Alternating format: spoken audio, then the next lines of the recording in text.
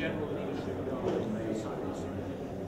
But turning to the main topic, which is around knowledge and growth, again, the UK is extremely good at each of the areas on this slide, which are essential to take our imagination in universities, in industry, in academia, in government. Imagination is the start, but imagination is insufficient. You can write a scientific paper, and that doesn't in itself is growth. So you have to have innovation, working out how you can use those creative ideas in order to develop new potential products. You've then got to have entrepreneurship, which is, you may know there's something that potential value. The question is, how do you actually get another one? So the next step is entrepreneurship, and again, there are plenty of entrepreneurs in the UK. But it's not, that's not sufficient either. You need business skills. So again, it's all about the team to get all the way from imagination through to the marketplace. And finally, it's about branding, it's about manufacturing, it's about service deliveries, it's about how you market things, it's how you distribute them. And what we can't do is get from imagination all the way through to growth without filling in each of those areas. And that is really the challenge. We're good at each of them individually, but how do we put it all together? And I think the challenge that we all have is to actually get that imagination all the way through to the marketplace. And again, if you look around here, there are plenty of examples where that's been done. There are all sorts of enticing suggestions that two people in a garage formed the largest technology company in the world.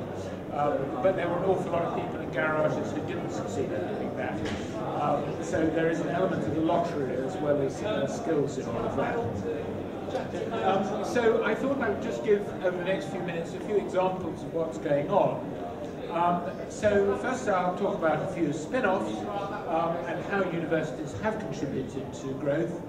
And then I'll talk about a particular area which I have an interest in, which is genome science. I'll talk about some of the support mechanisms that we have in government, the generic enabler of technology innovation, which is the Technology Strategy Board, and then some of the sector-specific examples. And again, you can see some of those here. So CDE, which stands for the Centre for Defence Enterprise, and ETI, which stands for the Energy Technologies Institute. And that, in particular, is a very good example of how the public and the private can come together to create innovation. And finally, we are terrifically good inside government at doing science. At the Met Office, the Geological Survey, there's a whole range of organisations that are actually extremely good at science. And increasingly, they have the opportunity to contribute to the growth agenda as well. So here's an example of some software development in an academic environment at Cambridge University that led to something that we've probably all come across, which is the sort of slightly creepy phenomenon of when your computer stops working, rather than someone coming into your office or your home to fix it, you phone up and you find suddenly your computer is taken control of from overseas. And that, of course, is the ability to actually, when you see your, I don't know how many of you experienced this, I certainly experienced it at home, you see your cursor moving around in a rather mysterious way on your screen. Well, the software for that came out of the computing department in Cambridge. It's now widely used throughout the world. They're absolute world leaders in this. And although a lot of the software is open source, there are now examples of where that's starting to make significant amounts of money. So that's one example. This is in fact a second example, and it illustrates sometimes the very long time scale between discovery, between things going on in an academic environment and products which are starting to have a major impact. And I don't know what the screen is, I should know, but it's possible that this screen that you're seeing this on is an example of how the technology has moved. Again, this started with liquid crystal development, and there was pioneering work done in government laboratories in Hull University, and that moved to LCD displays. And then, of course, the challenge is to get those vivid colour displays that we all like to see, since we expect to see everything in full Technicolor these days.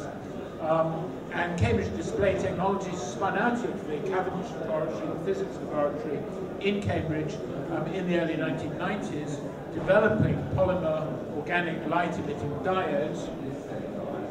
And that is now used by Panasonic in the latest products. And I expect this is LCD, this isn't an OLED display, but the industry projection is that this technology is going to be the technology of choice for color displays in the future. And this is an extremely good example of something which is actually economically extremely important. And it illustrates the very long time delay. And I suspect that when the scientists were first working on liquid crystals, they would have had no idea at that stage where that work would end up now. And indeed, who knows where it will end up in the future when you start combining this with plastic electronics, the ability to have screens that you can fold up, put in your pocket. The opportunities here are amazing. So let's talk a little bit about genomics. And although Francis Crick allegedly dashed into the eagle and said we found the secret of life in 1953, whether at that stage they would have really appreciated the potential clinical implications of discovering the structure of DNA in 1953, I rather doubt. But this has been an extraordinary period of progress. It was in 2000 that the draft completion of the human genome was announced. In 2003, when the full sequence was published, and that probably cost about $1 billion. It took hundreds of scientists from many countries working collaboratively in an open fashion, putting all the sequence out on the web. That was the public effort to reach that sequence in 2003. And in 2013, 10 years after that first sequence was completed, again, no one then, and I know that because I was involved in 2003, could possibly have guessed that the cost of sequencing a genome would have gone down from $1 billion to about $5,000, which is the most amazing fall in costs. And that now puts sequencing a human genome in the range of some of the more expensive clinical tests that are applied already. And in fact, the cost of sequencing genomes is coming down very fast indeed. And that means that it's now possible to consider whole genome sequencing at a population level. And in fact, what you can see in the bottom graphs, on the left, the line along here is the total amount of DNA sequence that had ever been deposited in the European molecular biology laboratories until 2007. And what this red line shows, and these are cumulative gigabases of sequence, is the amount of sequence just from one sequencing center, the Sanger Institute outside Cambridge. And you can see how that, going week by week, and this just goes to 2009, it's now about up here, has dramatically increased the capability to do this. And this just is a graph of the, and it's a logarithmic graph of the fall in the cost of sequencing. And this is Moore's law, which is the doubling of processing capacity. But you can see here that the cost has come down far faster than Moore's law. So it's a very dramatic change. And going to the next slide, that enabled the government to announce at the end of last year that funding was going to be made available in partnership with the private sector to actually sequence the DNA of 100,000 people in the NHS. And that offers the most amazing opportunities, not only for improving health, and that's what it's ultimately all about.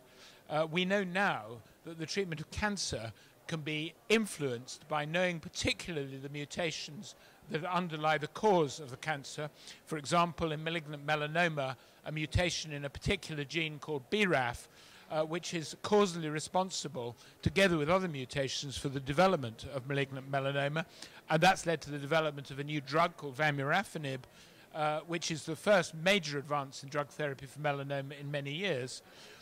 But it's also important in infectious diseases where you could track the spread of infection, you could track an MRSA from you to you to you to me to in a way that was never possible before, because bacteria mutate frequently, and so you can actually watch the evolution of bacteria in real time and track down epidemics. And this has been done in Cambridge, where they interrupted an outbreak in the pediatric intensive care unit by the sequencing of the MRSA. And then in rare diseases, in rare inherited diseases, for the first time you can make diagnoses at a speed that was never conceivable before. So this is an extraordinarily important project, and not only will it be beneficial, but it'll offer opportunities for industry to develop better and better ways to provide the genomic services that we need if the NHS is really going to be the world leader in the implementation of genome technology. So those are some examples, firstly, of some spin-outs, secondly, of a whole area. Let's say something about government mechanisms. So the Technology Strategy Board has what are called catapults. I'm not sure a catapult is the most advanced technological example to use as the brand name, but nevertheless, catapults is the term that has stuck. And these are technology, they're innovation centers, and there's now a network of them being created, and you can see a list of them. There's one in high-value manufacturing, one in cell therapies, taking advantage of stem cell science, another one in offshore renewable energy, which is an area where the UK is a leading player because, of course, we've got a lot of offshore to use, satellite applications, the connected digital economy, which is literally all around us, future cities, and that's a piece of foresight work that the Government Office for Science is doing as well, because, again, it's obvious to anyone who's here now the importance of cities in economies, and the vast majority of the world is going to be living in cities, and increasingly so over the next 30, 40, 50 years. And finally, in transport systems. So here's the example of the high-value manufacturing catapult, and it's just worth saying that that catapult is bringing in £2 of private sector funding to every pound of public sector funding. And that's important for two reasons. It's important because obviously it acts as an amplifier of the amount of government money invested. But what it really shows is that industry is prepared to pony up the money alongside the government, and that says that there are activities going on in this centre that industry considers to be valuable. And so it's an important aspect of public-private partnership. It's not only about amplifying the value of government funding, it's actually about getting true partnerships with industry who will put their money where their mouth is. And if you look at the sorts of areas they're working on the cutting-edge equipment, and of course I think everyone is aware of the prospects of things like 3D printing. There are all sorts of new technologies for manufacturing that have tremendous prospects, so forming and manufacturing processes. It's also about the supply chains. The challenge is, if you have innovation, not only to make the product at the end, but to capture as much of the value in terms of how that product is made as you possibly can. And so the high-value manufacturing catapult is working on energy supply chains, nuclear supply chains, and of course the other key area in all of this is that we need a skilled workforce that's able to deliver the manufacturing, all the other needs around the entrepreneurship, the business skills, around turning innovation into products. And skills is something incredibly important. And so, for example, my colleague John Perkins, who's the chief scientist in BIS, is working extremely hard on engineering supply lines. And there are huge opportunities for young engineers, and yet there are a remarkably small number of youngsters take this up in schools. And that, of course, is a challenge for schools at the earliest stages, because people form their views on what they're going to do at a very early age. And so the challenge is to excite youngsters in primary schools with the opportunities and, in fact, the needs for advanced mathematical, science, engineering, education, leading on to training and skills. So let's just talk briefly about the Centre for Defence Enterprise. This is an example of DSTL starting to work with industry to find solutions to the problems that they have. And you can go and talk more to DSTL, who are sort of over there somewhere. This provides a very good opportunity to get the products that our armed forces and our defence services need, and at the same time create business opportunities. And so this is an example of an extremely good partnership.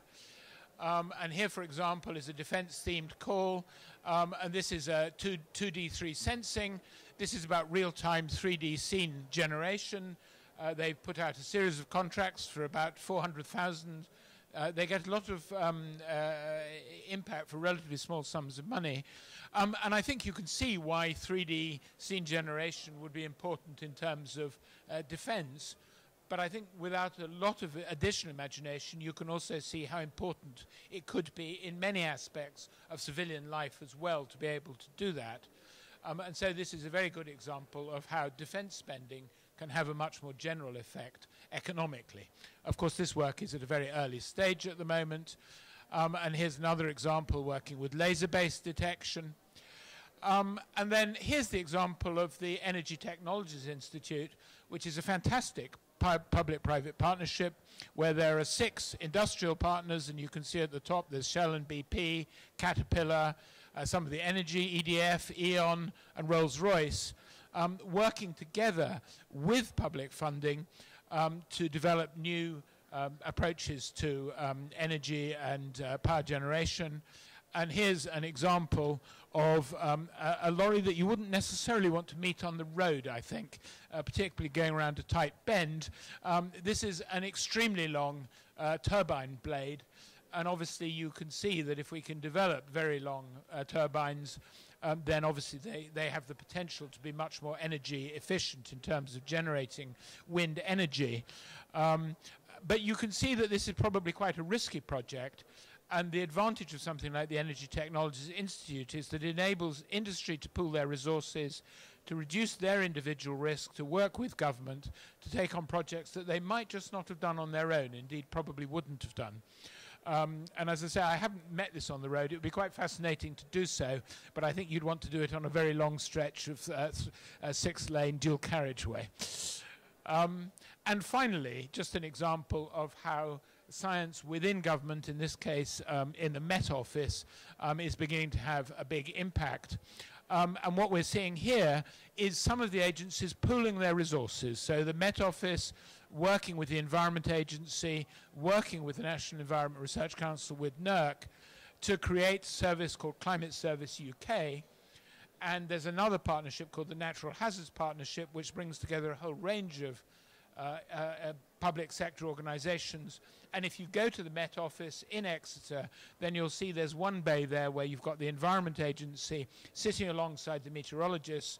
And what they're doing is they're merging the climate model with the surface water model, so that when the Met Office predicts it's going to rain cats and dogs in a particular place, then by mapping that to the surface water as well, you can say that this particular road cutting or rail cutting or area is likely to flood.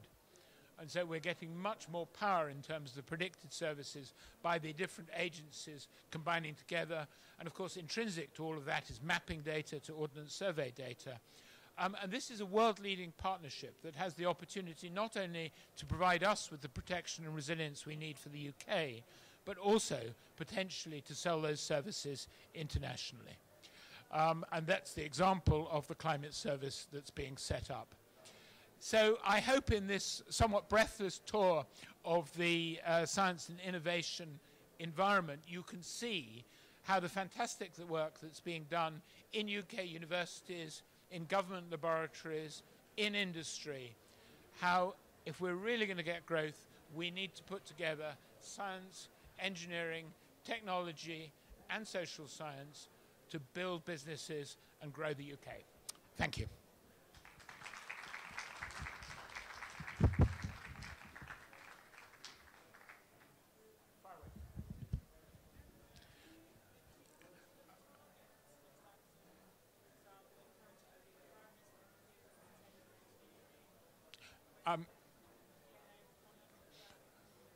So the question is, do we have targets in terms of, for example, primary schools taking up science?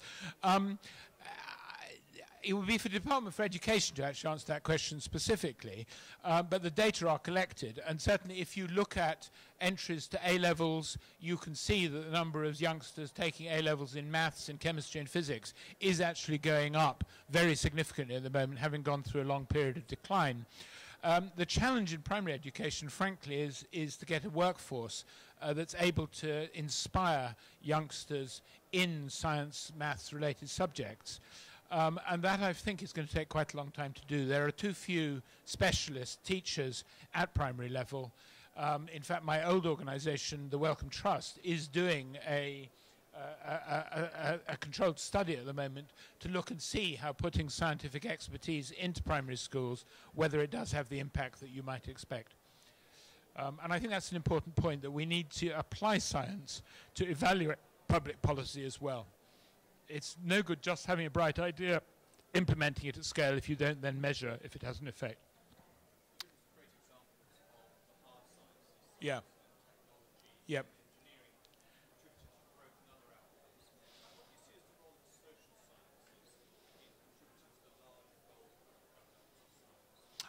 I think social science has an enormous impact. So if you take behavioral economics, for example, then you can see actually people talk about behavior change all the time, but actually how you achieve that requires expertise in the social sciences.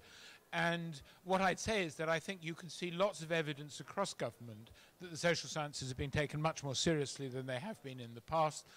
The What Works units are examples of that in education. And so I think that, you know, social science has its place exactly alongside the other sciences. And at the moment, we're working very hard to appoint a chief scientific advisor who has an academic social science background.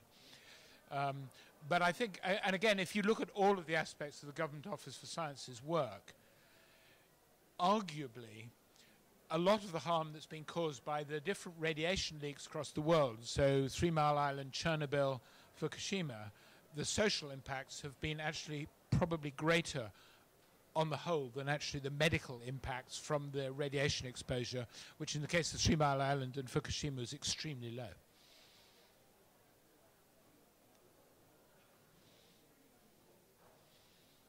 Any other points? Please.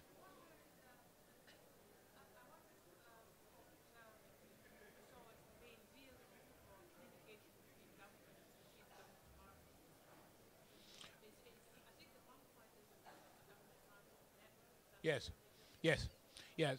So there are several routes for communication. So we have the government science and engineering profession, and there are about 12 or 13,000 individuals who've self-identified as part of that. So there are an enormous number of scientists working across government. Some in particular organisations, so in the Met Office, in DSTL, in Public Health England, those would probably be the major, PHE and DSTL and GCHQ would probably be the major employees in terms of numbers of scientists. And there's a network there which we're using for career development. We're developing metrics whereby people can progress in careers using scientific assessments as well as the sort of standard civil service assessments. But also in terms of individual departments, there's a chief scientist in virtually every government department.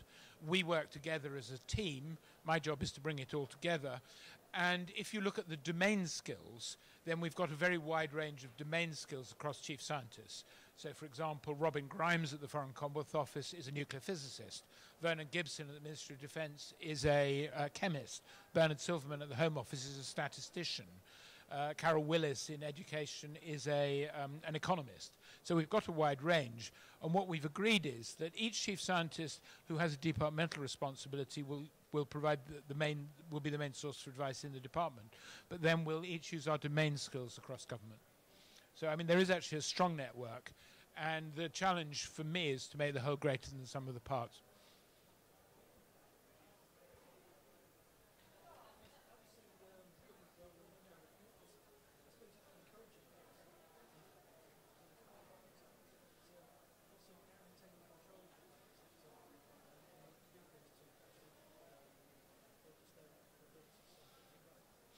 So the question in two parts, which is what can the government do to encourage, but then the question is how can the government control the private sector? And I'm not actually sure the role of the government is necessarily to control the private sector, it's actually to encourage it.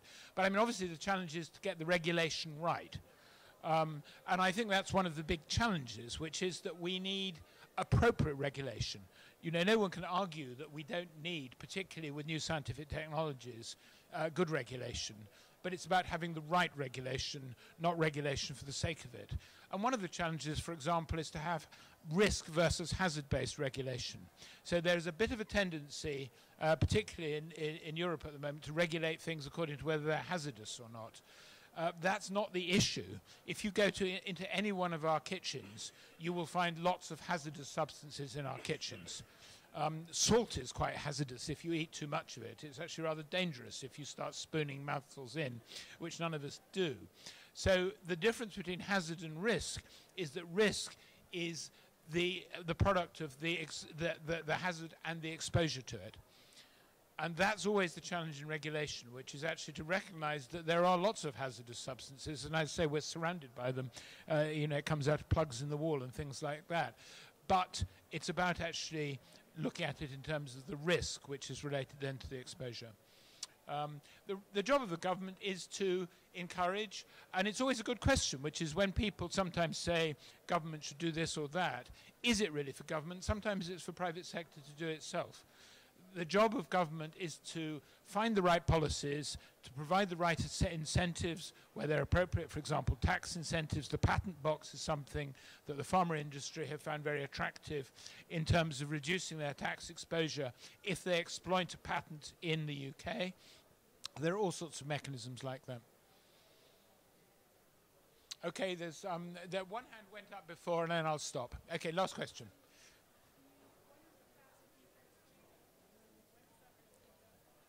Well, the answer is that they're moving very quickly. I hope the piloting will start in the next few months, but it'll be a little while yet. But I mean, the answer is that in medicine there are already lots of sequences, whole genome sequences now being developed. This really does matter for clinical care. Okay, thank you very much for your attention. Just go and enjoy some of the science and technology.